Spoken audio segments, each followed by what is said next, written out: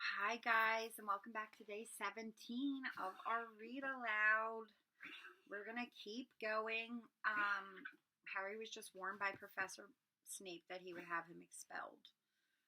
And Professor McGonagall caught Harry and Ron up at the door and warned them as well. Harry and Ron went back to the common room. Harry had just said, "At least Hermione's on Snape's tail," when the portrait of the fat lady swung open and Hermione came in. "I'm sorry, Harry," she wailed. "Snape came out and asked me what I was doing, so I said I was waiting for Flitwick, and Snape went to get him, and I've only just got away. I don't know where Snape went." "Well, that's it then, isn't it?" Harry said. The other two stared at him. He was pale and his eyes were glittering. "I'm going out of here tonight, and I'm going to try and get to the stone first." "You're mad," said Ron.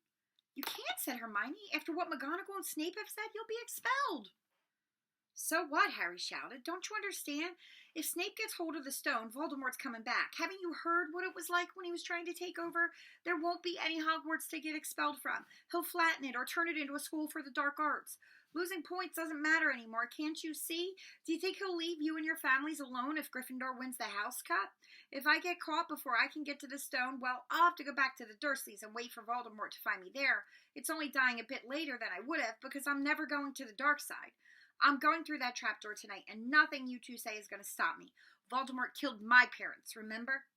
He glared at them. "You're right, Harry," said Hermione in a small voice. "I'll use the invisibility cloak," said Harry. "It's just lucky I got it back." "But will it cover all three of us?" said Ron. All three of us? "Oh, come off it. You don't think we'd let you go alone?" "Of course not," said Hermione briskly.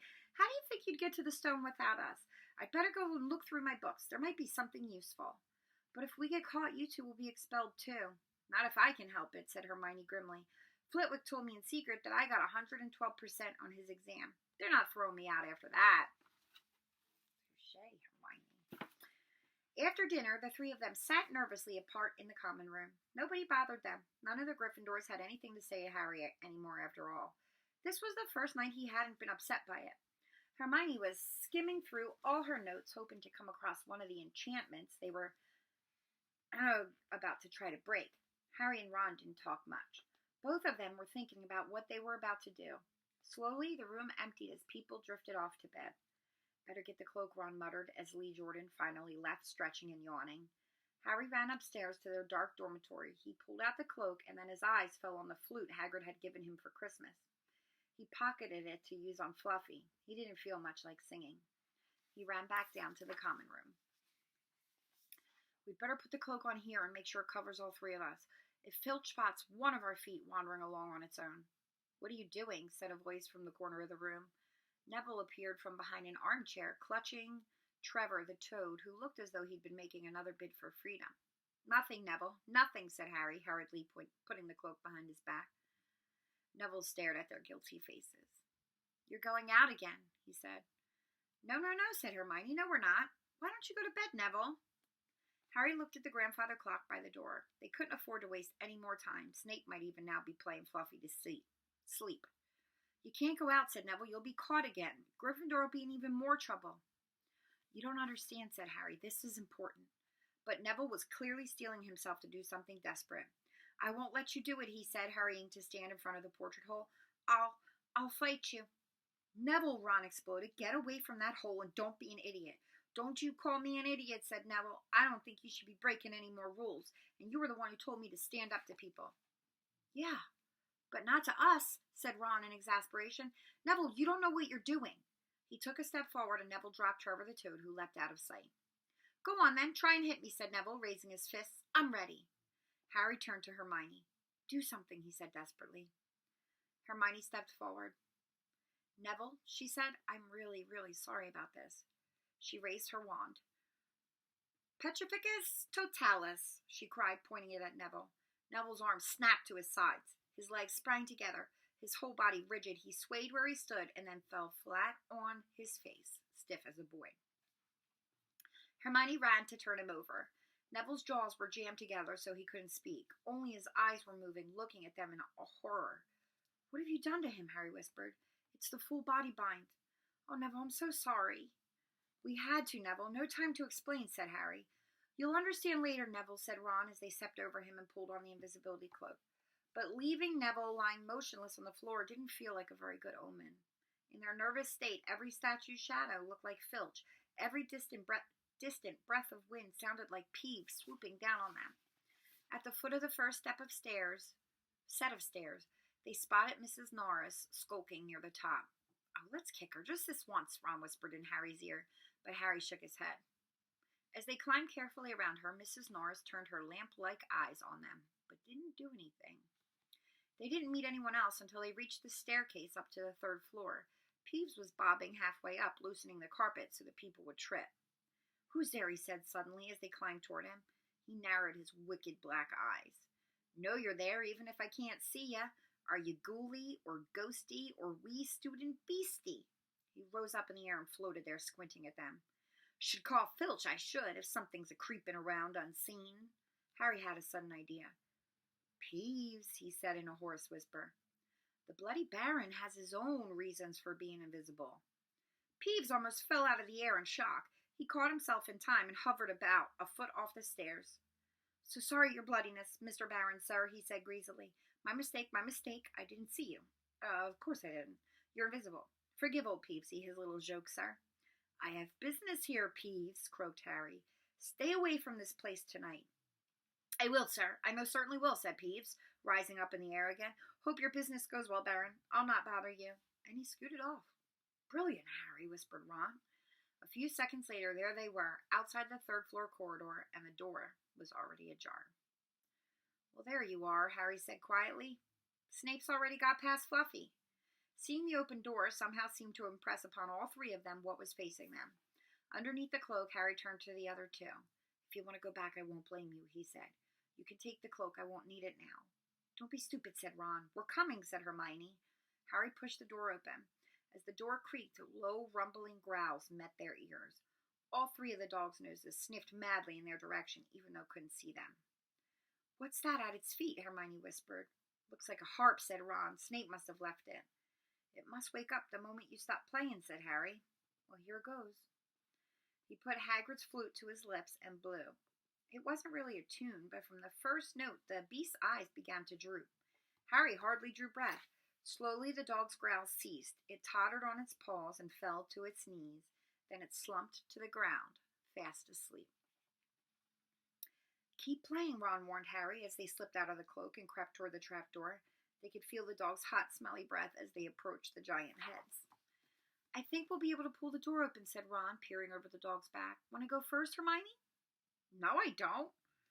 All right, Ron gritted his teeth and stepped carefully over the dog's legs. He bent and pulled the ring of the trapdoor, which swung up and opened. What can you see? Hermione said anxiously. Nothing, just black. There's no way of climbing down. We'll just have to drop. Harry, who was still playing the flute, waved at Ron to get his attention and pointed at himself. You want to go first? Are you sure? Said Ron. I don't know how deep this thing goes. Give the flute to Hermione so she can keep him asleep. Harry handed the flute over. In the few seconds' silence, the dog growled and twitched, but the moment Hermione began to play, it fell back into its deep sleep. Harry climbed over it and looked down through the trapdoor. There was no sign at the bottom. He lowered himself through the hole until he was hanging on by his fingertips. Then he looked up at Ron and said, If anything happens to me, don't follow. Go straight to the Owlery and send Hedwig to Dumbledore, right? Right, said Ron. See you in a minute, I hope. And Harry let go. Cold, damp air rushed past him as he fell, down, down, down, and flump. With a funny, muffled sort of thump, he landed on something soft. He sat up and felt around, his eyes not used to the gloom. It felt as though he was sitting on some sort of plant. It's okay, he called up to the light, the size of a postage stamp, which was the open trapdoor. It's a soft landing, you can jump. Ron followed right away. He landed, sprawled next to Harry. What's this stuff? Were his first words. Dunno, some sort of plant thing. I suppose it's here to break the fall. Come on, Hermione. The distant music stopped. There was a loud bark from the dog, but Hermione had already jumped. She landed on Harry's other side. We must be miles under the school, she said. Lucky this plant thing's here, really, said Ron. Lucky? Shrieked Hermione. Look at you both. She leapt up and struggled toward a damp wall. She had to struggle because the moment she had landed, the plant had started to twist snake-like tendrils around her ankles. As for Harry and Ron, their legs had already been bound tightly in long creepers without their noticing. Hermione had managed to free herself before the plant got a firm grip on her. Now she watched in horror as the two boys fought to pull the plant off them, but the more they strained against it, the tighter and faster the plant went around them. "Stop moving," Hermione ordered them. "I know what this is. It's devil snare." "Oh, I'm so glad we know what it's called. That's a great help," snarled Ron, leaning back, trying to stop the plant from curling around his neck. "Shut up, I'm trying to remember how to kill it," said Hermione. "Well, hurry up, I can't breathe," Harry gasped, wrestling with it as it curled around its chest. Devil snare, what did Professor Snout say? It likes the dark and the damp. So light a fire," Harry choked. "Yes, of course, but there's no wood," Hermione cried, wringing her hands. "Have you gone mad?" Ron bellowed. "Are you a witch or not?" "Oh, right," said Hermione, and she whipped out her wand, waved it, muttered something, and set a jet of the same bluebell flame she had used on Snape at the plant. In a matter of seconds, the two boys felt it loosening its grip as it cringed away from the light and warmth. Wriggling and flailing, it unraveled itself from their bodies, and they were able to pull free. "Lucky you pay attention in herbology, Hermione," said Harry as he joined her by the wall, wiping sweat off his face. "Yeah," said Ron, "and lucky Harry doesn't lose his head in a crisis. There's no wood, honestly." "This way," said Harry, pointing down a stone passageway, which was the only way forward. All they could hear, apart from the footsteps, was the gentle drip of water trickling down the walls. The passageway sloped downward, and Harry was reminded of Gringotts. With an unpleasant jolt of the heart, he remembered the dragon said to be guarded in vaults in the Wizard's Bank.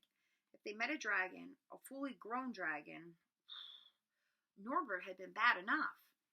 "Can you hear something?" Ron whispered. Harry listened. A soft rustling and clinking seemed to be coming from up ahead. "Do you think it's a ghost?" "I don't know. It sounds like wings to me." "There's light ahead. I can see something moving." They reached the end of the passageway and saw before them a brilliantly lit chamber, its ceiling arching high above them. It was full of small, jewel-bright birds, fluttering and tumbling all around the room. On the opposite side of the chamber was a heavy wooden door. "Do you think they'll attack us if we cross the room?" said Ron. "Probably," said Harry. "They don't look very vicious, but I suppose if they all swoop down at once." "Well, there's no other choice. I'll run." He took a deep breath, covered his face with his arms, and sprinted across the room. He expected to feel sharp beaks and claws tearing at him any second, but nothing happened. He reached the door untouched. He pulled the handle, but it was locked. The other two followed him. They tugged and heaved at the door, but it wouldn't budge. Not even when Hermione tried her Alohomora charm. "Now what?" said Ron. "These birds, they can't just be here for decoration," said Hermione. They watched the birds soaring overhead, glittering. "Glittering?" "They're not birds," Harry said suddenly. "They're keys. Winged keys. Look carefully." "So that must mean—" He looked around the chamber while the other two squinted up at the flock of keys. "Yes, look, broomsticks. We've got to catch the key to the door." "But there are hundreds of them." And that's where we'll stop for today. Save a little excitement for tomorrow. Bye.